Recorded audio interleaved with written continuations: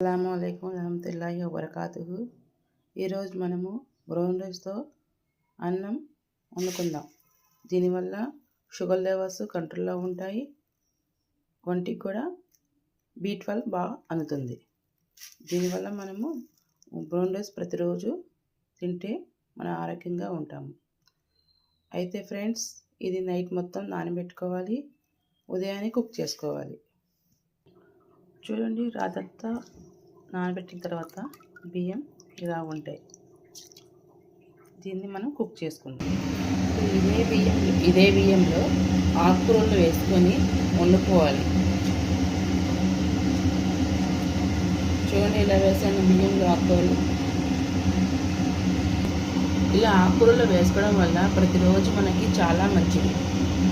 అయితే మనం రోజు ఆకుకూరలు వండుకోలేము కాబట్టి ఈ ఆకుకూరలు అనేది రోజు అన్నంలో బియ్యం ఇప్పుడు ఎలాగో రోజు కడిగేసుకుంటాం.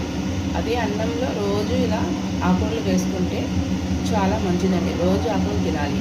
ఈరోజు చుక్కకూర అండ్ పాలకూరతో మనము రుబ్బి తాలింపు పెట్టేసుకుందాం. చూడండి ఇలా కట్ చేసి మనం పెట్టుకోవాలి. పెట్టుకొని 2-3 వాటర్స్ మంచిగా కడుక్కోవాలి. ఈ లిప్స్ మొత్తము మంచిగా కడిగేసుకోవాలి. చూడండి, ఇలాగా 2-3 సార్లు మంచి వాటర్తో క్లీన్గా కడిగేసుకోవాలి. ఇప్పుడు స్టవ్ మీద ఒక గిన్నె పెట్టుకొని అందులో కొంచెం గ్లాస్ వాటర్ వేసుకోవాలి. గ్లాస్ వాటర్ వేసిన తర్వాత కొంచెం కాగిన తర్వాత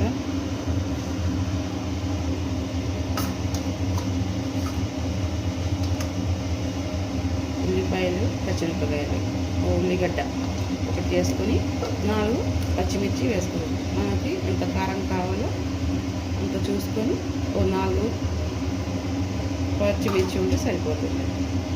ఇది బాగా కొంచెం పసుపు వేసుకోవాలి.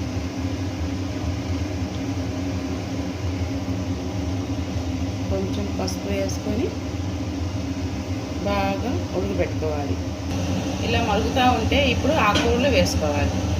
వాటర్ సరిపోతే ఇంకొన్ని వాటర్ వేసుకొని అప్పుడు ఆకుకూరలు వేసుకోవాలి. అందులో ఇలా మొత్తం వేసుకొని ఇప్పుడు ఏం చేయాలి, మూత పెట్టేయాలి. ఇప్పుడు మనం చూడండి ఎంత బాగా ఉడుకుతుందో, మెత్తగా అయిపోయింది. ఇప్పుడు మనం ఇందులో టమాటా వేసేద్దాం. ఒక పెద్ద సైజు టమాటా, లేదంటే చిన్న సైజు 2 టమాటాలు. ఇలా వేసిన తర్వాత కొంచెం చింతపండు కూడా వేసేద్దాం. వేసిన తర్వాత ఇందులోనే కొంచెం అల్లం వెల్లుల్లి పేస్ట్ కూడా వేసేద్దాం టేస్ట్కి.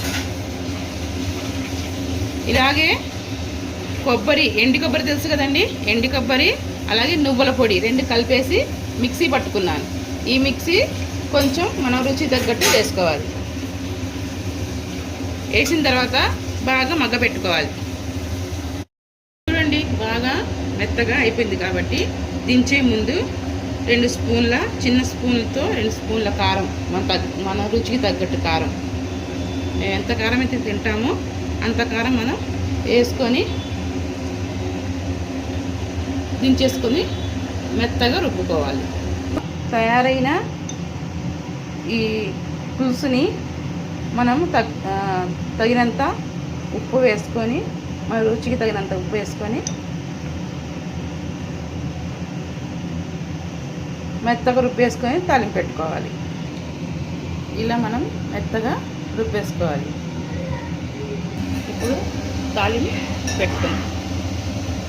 కొంచెం ఆయిల్ వేసి, స్పూన్ ఆయిల్ వేసి,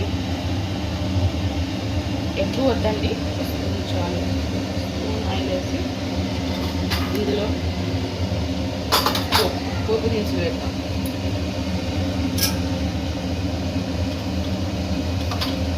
తెలుసు కదండి పప్పు దినుసులు వేయాల్సి.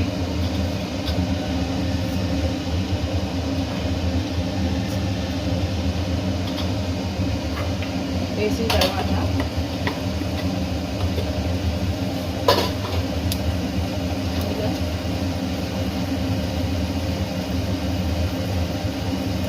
ఎండుమిరపకాయలు, కొంచెం కరివేపాకు, ఉల్లిగడ్డ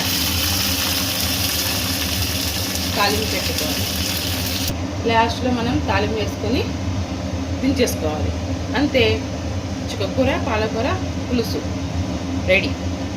చూడండి బ్రౌన్ రైస్ ఎలా ఉడికిందో మెత్తగా.